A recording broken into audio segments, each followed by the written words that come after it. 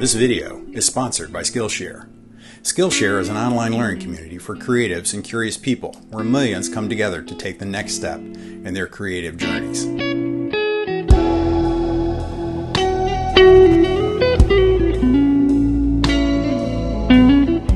Hi, this is Keith Williams. Welcome to 5 Watt World. We're interested in helping you get the most music from the least gear.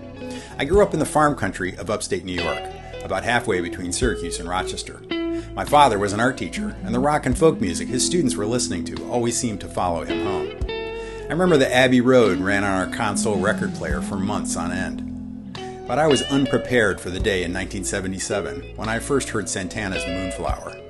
More than just the energy of the mix of live and studio tracks, the soaring guitar tones over the driving Latin rhythms, the covers of Black Magic Woman and She's Not There left my head swimming.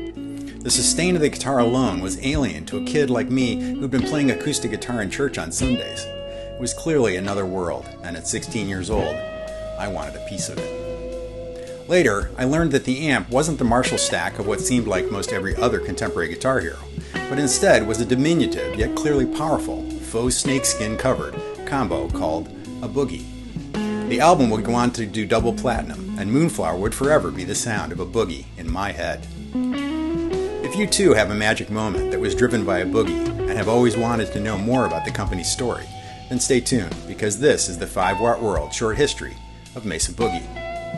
If you enjoy our videos, take a minute to subscribe and hit the bell icon to be notified when we put out new videos. And if you've already subscribed, swing by the store to grab a t-shirt or a hoodie to support what we're doing here. And if you don't need another hoodie but want to become a bigger part of 5 Watt World, think about becoming a friend of 5 Watt. The links are in the description.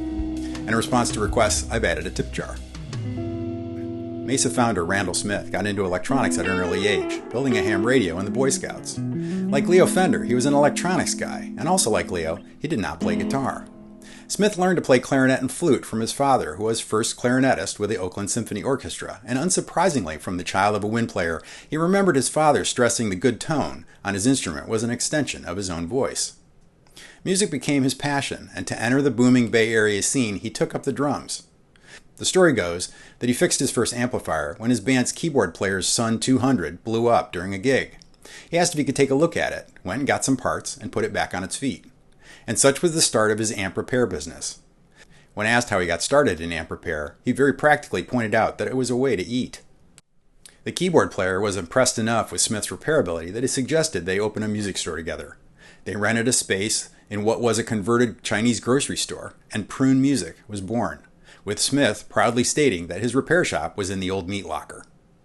Anyone that's played tube amps will tell you that having a reliable repair guy is a gift from heaven, and word spread through the late 60s San Francisco scene. Smith had a reputation for both reliability and honesty from the start. Santana told Premier Guitar in an interview, "Randy is impeccable with his integrity. I've never known him to make excuses." So soon, the Grateful Dead, Jefferson Airplane, Steve Miller, and Country Joe McDonald and the Fish were all bringing their gear in for maintenance. The launch of the company actually started as a joke that the band wanted to play on Barry Melton of Country Joe McDonald and the Fish. The band said that Melton's Princeton didn't have the headroom they needed for larger venues, but a twin would be way too loud for the smaller clubs. So Smith replaced the power section with that of a Fender Tweed Bassman. He added new transformers, 6L6 power tubes, and he swapped the 10-inch speaker for a 12-inch JBL D120. This resulted in a very compact, though no doubt heavy, little amp that would get anyone's attention. After finishing it up, Smith set the amp out on the floor at Prune, and Carlos Santana happened to walk down the hill to the shop that day to see what was going on. Santana said that playing the prototype was a transformative experience. I remember saying to Randy when I first played the amp, "Man, this thing really boogies. It rocks." Smith remembers that the challenge of the design was the need to separate the gain characteristics of the preamp from the volume characteristics of the power amp. This was brought into focus when Lee Michaels asked him to build a preamp to use in front of a Crown DC300 power amp. Not sure how much gain he would need, he added an additional gain stage to the basic preamp design he'd been using and added 3 more gain controls at critical points in the circuit. They were all amazed at the amount of gain, and Smith walked away thinking he needed to build that preamp into a circuit with 4 6L6 power tubes in a Princeton-size amp. This concept eventually would give birth to the Mark I. The success of the store was also what drove Smith to move his shop. The store had become a hang for all the local musicians, and Smith wasn't getting his work done. He moved to a converted doghouse in the hills outside of Lagunitas and dubbed this dilapidated doghouse the home of tone. Smith had been making some extra money on the side rebuilding Mercedes-Benz engines, and to get the parts he needed for both businesses, he decided he needed a name that straddled both worlds, and he settled on Mesa Engineering. In this new home, and with his fresh moniker, he set to work building Mark Is. Smith's experiments led to his development of a high-gain cascading preamp, multiplying the normal amplifier gain available by a factor of 50. He would buy Princetons and mod them into Mark Is, but after about 300 or so, Fender got wise to him and cut him off. The Mark I would continue to be built from raw components. Around 1971, concurrent with those earliest modded Princetons, Smith hand-built the 130 bass and lead heads as well. His business was growing by word of mouth from users of the amps like Santana. He would build somewhere in the neighborhood of 3,000 Mark amps before eventually relocating to a factory in Petaluma. Smith said, "By the time we moved Mesa out, that mountain house had grown into a 4,000 square foot mini industrial zone with a woodshed, an electronics shop, a loading dock, 2 offices, and several full-time employees." Santana remembers being in New York and having a chance to jam with the Rolling Stones who were in town. The Stones brought him up for the encore, Symphony for the Devil, and when Jagger pointed to Santana to take a solo, everyone turned at the sound coming from that little snakeskin combo. This was around 1977, and Keith Richards contacted Smith right away and would buy several boogies over the years. The Rolling Stones would use boogies until 1993. The aesthetic for boogie amps really crystallized during those earliest years. The snakeskin-covered Mark I, so famously used by Santana, was bookended with what I always think of when I imagine a Mark I, an exotic hardwood cabinet and woven cane grille. These early amps emphasized their hand-built heritage right down to the Dymo Impact Label Maker labels on the back of the amps. There's a wonderful article written by Dave Rogers, a collector and owner of Dave's Guitars, on 4 early Mark amps in his collection, where he outlines the history around these early amps and with this beautiful color photographs done by his in-house photographer Tim Mullally. Rogers notes that the amps would have sold for about $1,200 when new in the late 70s and early 80s. Despite the wild success of the Mark I, by the late 70s, Smith felt a growing demand for an amp that could go from the gained-up tones back to a true and usable clean sound via a foot switch. Over time, he realized that to do this well and quietly, you'd need 2 separate preamp sections, another gain control, and a separate master volume as well. This idea of having 2 very different preamps in one amplifier, despite the fact that they shared a tone stack, accessible with a foot switch, was groundbreaking, and it would send the world of guitar amplification in the direction of multi-channel amps. This was the Mark II, which would be referred to later as the Mark IIA with the release of later versions. But the client requests didn't stop, so they developed a new effects loop, improving it, and that too was a new concept. The 2B is the child of that need. The basic tonal characteristics of the amp also shifted slightly, moving a bit more into blackface Fender territory. They moved to using a relay to remove the pop sound from the channel switching, and by 1983, fixing this problem led to what would become one of the most coveted Mesa amps of all time, the Mark II C+. Original Mark II Cs fetch more than 3 to 5 times their original purchase prices. Amps from this period were individual orders and could vary in their exact specifications. Amps could come with or without reverb, 60 or 100 watts, EL34, 6L6 simulclass, or not, and there was even an export transformer that no truly loaded boogie would be complete without. But all share one characteristic: they can peel the paint off the walls with their volume. The 80s marched on. The LA studio guys fueled what my friend Tim Pierce likes to call a gear arms race in rack gear, and boogie played along with their quad and studio preamps. In '86, they released the Mark III, which coincidentally to the numbering was the first amp to offer 3 modes, clean, crunch, and the boogie lead tone in one amp.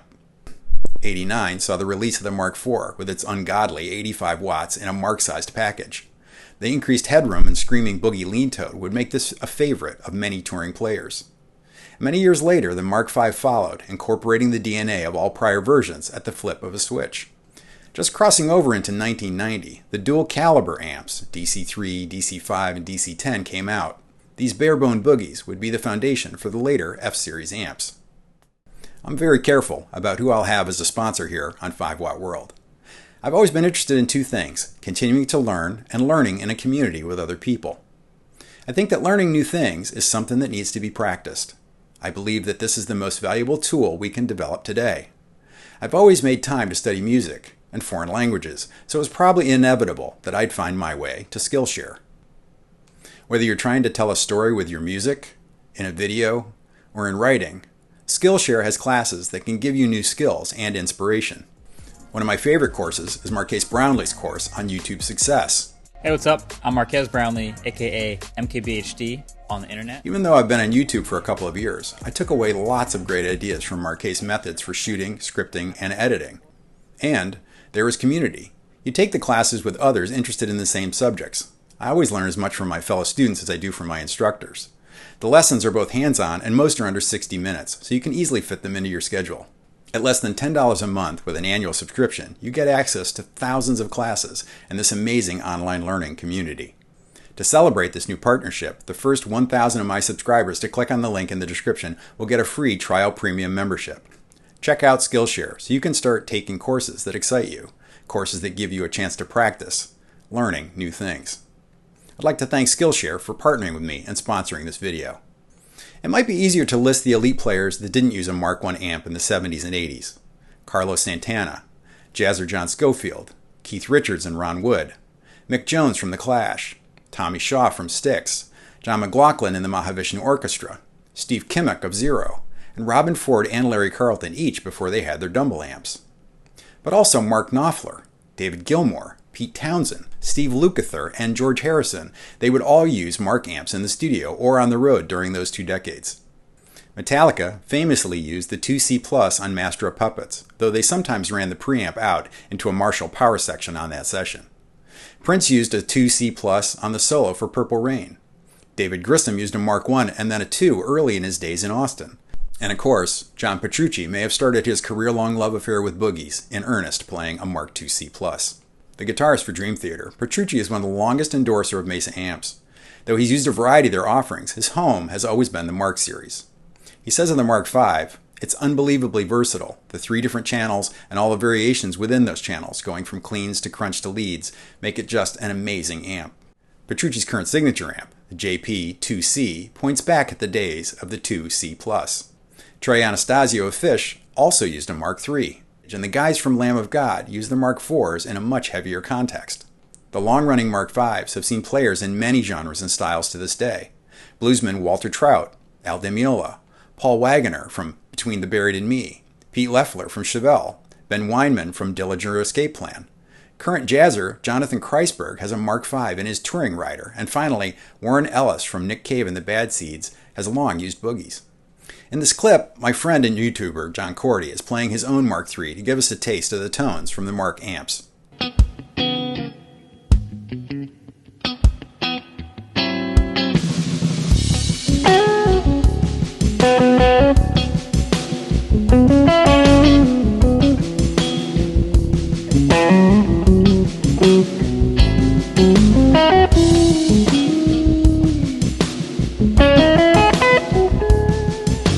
The 80s genre, now known as hair metal, was looking for something other than a small combo.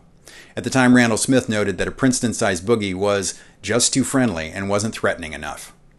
Despite the ability to get amazing crunch tones from a Mark series amp, witnessed on Metallica's Master of Puppets, the little amps just didn't fit the image of the day. Realizing that the demand was for stacks with big crunch tones, Smith and his team set out to work on what would become the rectifiers. Smith freely admits that the circuit and the rectifiers are evolutionary, growing in a line from Fender's 4x10 Tweed Bassman amps of the late 50s and the Marshalls that came from that lineage in the 60s and 70s.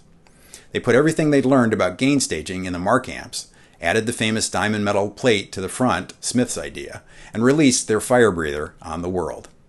The worldwide reaction to the rectifier was substantial.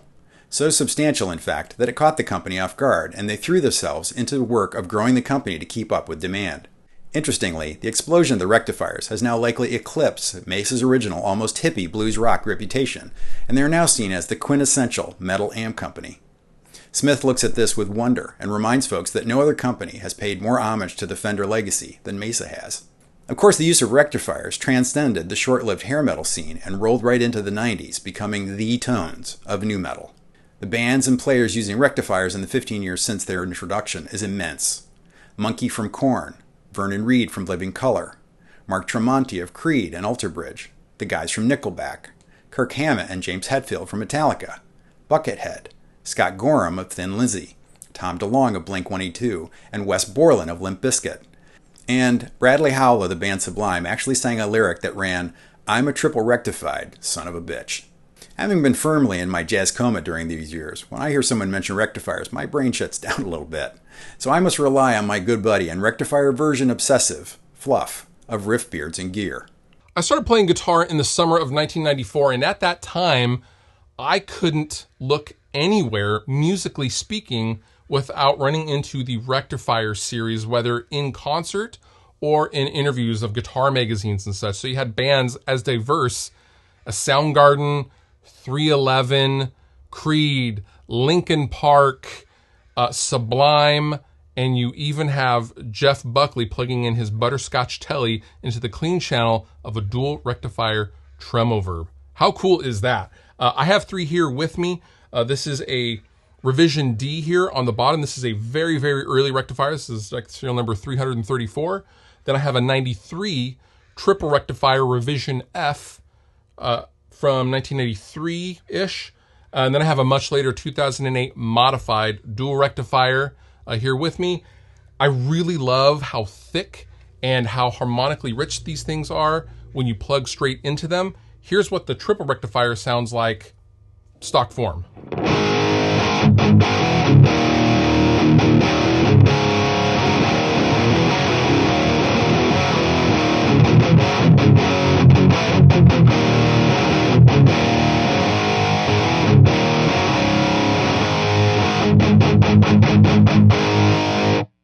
Now, later on in the 90s, the metal guys got hip to using overdrives as clean boosts, and that would be turning the level up all the way, max it out, and turning the overdrive all the way down and leaving the tone knob at noon on any overdrive pedal, effectively goosing the front end of the amplifier. And in the rectifier's case, it really turns it into a super tight, fire-breathing monster.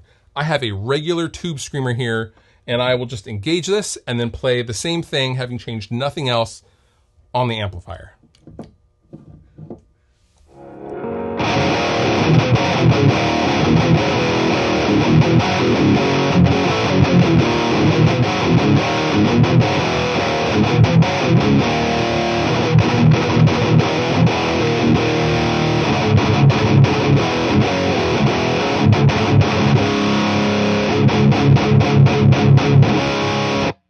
It just adds just so much richness to the sound of the amp, and all you need is a $100 overdrive pedal. This is one of the many things I love about these rectifiers, but yeah, that is what a rectifier sounds like. 1994 saw the release of the short-lived Maverick and Blue Angel amps. Though the Blue Angel shared the then-popular rectifier amp's name, they were a versatile single-channel design, with the emphasis on the cleans. They had 4 EL84 and 2 6v6 power tubes, with what Mesa called their progressive linkage power system. You could mix the 84s for jangle together with the 6v6 tubes for their classic warmth and bass response, or you could switch down to just the 2 6v6s for just 15 watts. Built for a very short time, they are sought after as pedal platform amps.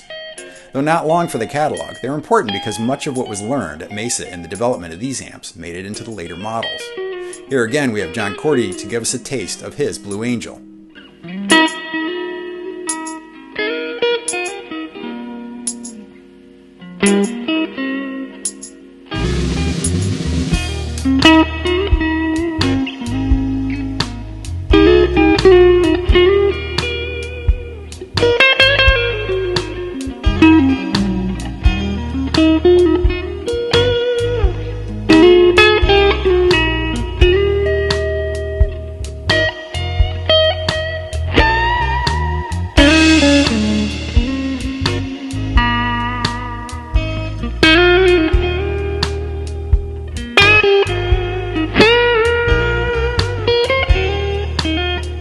In 1999, the Nomad Combo was a reaction to the over-the-top world of triple rectifier choices, though still with 3 channels and 6 different modes to choose from in the by then classic Mesa fashion.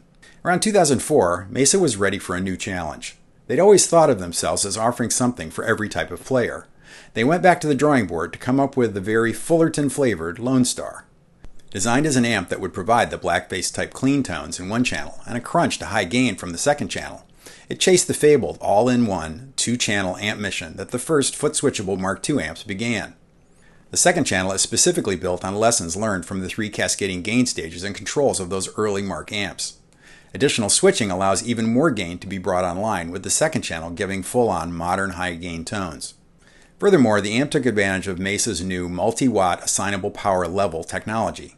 So though the amp is running a quartet of 6L6 power tubes, each channel can be set to produce 10, 50, or the full 100 watts. In addition, coming on the heels of the dual rectifier, you can choose between either the more comfortable elasticity of a tube rectifier or the more immediate attack of a diode-based rectifier. In addition to all this, the Tweed switch kicks in a reduction to the incoming voltage to produce an even spongier feel and earlier clipping. Finally, there's a bias switch that allows you to swap out the 6L6 power tubes for EL34 tubes for a brighter, more British feel. At the same time as the Lone Star, Mesa released the Stiletto, an amp firmly targeted at achieving some big Marshall tones. Though some stalwart Mesa endorsers used these on the road, Andy Timmons among them, on recordings, artists often fell back to their actual Marshalls for Marshall tones. Mesa's British legacy would also be seen in the 2006 Ace, Titan, and Roadster amps. By 2005, they brought out the 1x12 Lone Star Special, which was the first amp that was switchable from a push-pull power section to a single-tube, single-ended Class A power section, letting you get the unique sound of an amp like a Gibson Skylark or a Fender Champ. Andy Timmons is by far the most famous user of the Lone Stars. Check out his extraordinary album Resolution to hear examples of a pair of Lone Stars running in stereo. Other uses include Kirk Douglas from The Roots, Dominic Miller from Sting's band has long used a pair of Lone Star Specials, and Eric Krasnow from Soul Live. Here have all used Lone Stars as their primary amps. Around 2010, Mesa decided to dip a toe in the world of chime generally inhabited by Vox amps with their Transatlantic series. The first amp in the series, the TA-15, was an attempt to give bedroom and small club players great tone at a manageable volume. Mesa was also keenly interested in the need for lower wattage and lighter weight amps to cut shipping costs when touring, a trend that has yet to abate a decade later. Though heavily based on an AC-15, Mesa tried to take the amp beyond the original single-channel workhorse. They added 2 separate gain structures for the Vox channel, plus the ability to switch the master volume. Then they set out to provide fundamentally different tones available from the second channel. Smith said at the time that once you've pulled an amp together, quote, building more amps on the same platform is really where the value packing comes from. Many longtime Mesa users have added the Transatlantics to their arsenal to add the Vox flair to their records, including Mark Morton from Lamb of God, Kirk Douglas from The Roots, and Andy Timmons. The Mark V 25 and 35 have continued this trend in a friendlier size and wattage combination and have been wildly popular. Most recently, we've seen the Fillmore series in 3 classic 25, 50, and 100 wattages. Mesa's literature says that the Fillmore amps harken back to the beginnings of the Mark I, which you may remember was enriched with the Fender Tweed bassman DNA. As Joe Bonamassa has shown us recently with his move to Fender Tweeds, the circuit is very versatile, and by all accounts, the Fillmore amps have this in spades. In 2019, Mesa introduced the California Tweed series, again harkening back to where Smith started with his love for late 50s Fender Tweed tone. One of the few single-channel amps in the company history, they make up for the simplicity with seemingly endless power level combinations of the 4 6v6 power tubes, yielding 40, 30, 20, 10, and even 2 watts. The various wattages coming from standard push-pull AB pentode to AB triode, and even down to single 6v6 running single-ended. This mid-priced for a boutique amp at $18.99 won a Premier Guitar Premier Gear Award from reviewer Joe Gore, summing up his review saying that the amp is both inspired and inspiring. The Cali Tweed is highly lauded by friend of the channel John Cordy, who can often be heard playing his on his excellent YouTube channel. 51 years after pulling the company together in that converted dog kennel on January 6, 2021, it was announced that Gibson Brands, the parent company of Gibson Guitars, had acquired Mesa Boogie, and in the words of Randall Smith, who was 75 at the time, said Mesa would become Gibson's custom shop for amplifiers. It can be argued that the real success of any company can be measured by how well it does by its employees, and Smith speaks about this with pride. One of his first employees, Mike Bendinelli, has over 40 years with the company, and Doug West, who came in around the time of the Mark II development, had over 30 years as well. Smith said, The average lady wiring amps at Mesa has on average 17 years with the company. To be honest, most amp repairmen dread opening a Mesa due to the complex circuit resulting from all those options. Still, they will admit that the parts are top shelf, and the leads on the printed circuit board that carry the grounds are heavy. Though most parts are placed on the circuit board by machines now, many parts are still installed by hand, like the flying leads from the control pots to the board. If you ever needed to make the argument that not all PCB amps are created equal, one need merely only look inside a Mark II, with many late 70s and 80s amps still going strong. And perhaps most importantly, recognizing that despite all processes in place to avoid mistakes, mistakes will still happen. The key is to have checks there that will catch the mistakes before the amps go out the door. Smith is actually infamous within the company for incessantly working to identify the soft spots in their manufacturing process. He believes that this is where it goes from engineering to artistry, and he says it's one of the reasons he's enjoyed taking his company from repairing amps in a meat locker to a dog shack in the mountains to one of the top amplifier companies in the world. First, I need to thank John Cordy for his multiple clips of him playing his multiple Mesa Boogies. It would have been a quieter video without him. If you're not watching John's YouTube channel, you should be. Check it out in the link in the description. I need to thank Ryan Bruce, aka Fluff, of Riff Beards and Gear, for sharing his experience with his rectifier collection. He did so on the grounds that I not share the specific number of revision rectifiers he owns. Fluff's channel is always entertaining and enlightening, a rare combination on the platform, so check it out. I once again need to thank Dave Rogers and Tim Mullally of Dave's Guitars for sharing the pics of some vintage boogies from his collection. I need to thank my script editor, Harry McManus. Harry spends a good deal of time playing his own 1979 Mark II, which lives under his desk, always ready to aggravate his tinnitus with its earth-shattering volume. I need to thank Dave Hunter for his review of the Fillmore 50, and Joe Gore for his review of the California Tweed, amps I've not had a chance to play myself. They're both gentlemen whose opinions I trust without question. I need to thank all of you that stop by the store to grab a t-shirt, hat, or the Stomp preset pack. Your support keeps 5-Watt World going. And in particular, I need to thank the Friends of 5-Watt, a growing guitar playing community of supporters of 5-Watt World. I really appreciate having you guys along for the ride. If you enjoyed this short history of Mesa Boogie, hit the like button. And if you haven't subscribed yet, go ahead and hit that too. Thanks for watching. Until next time, thanks for being a part of the 5-Watt World.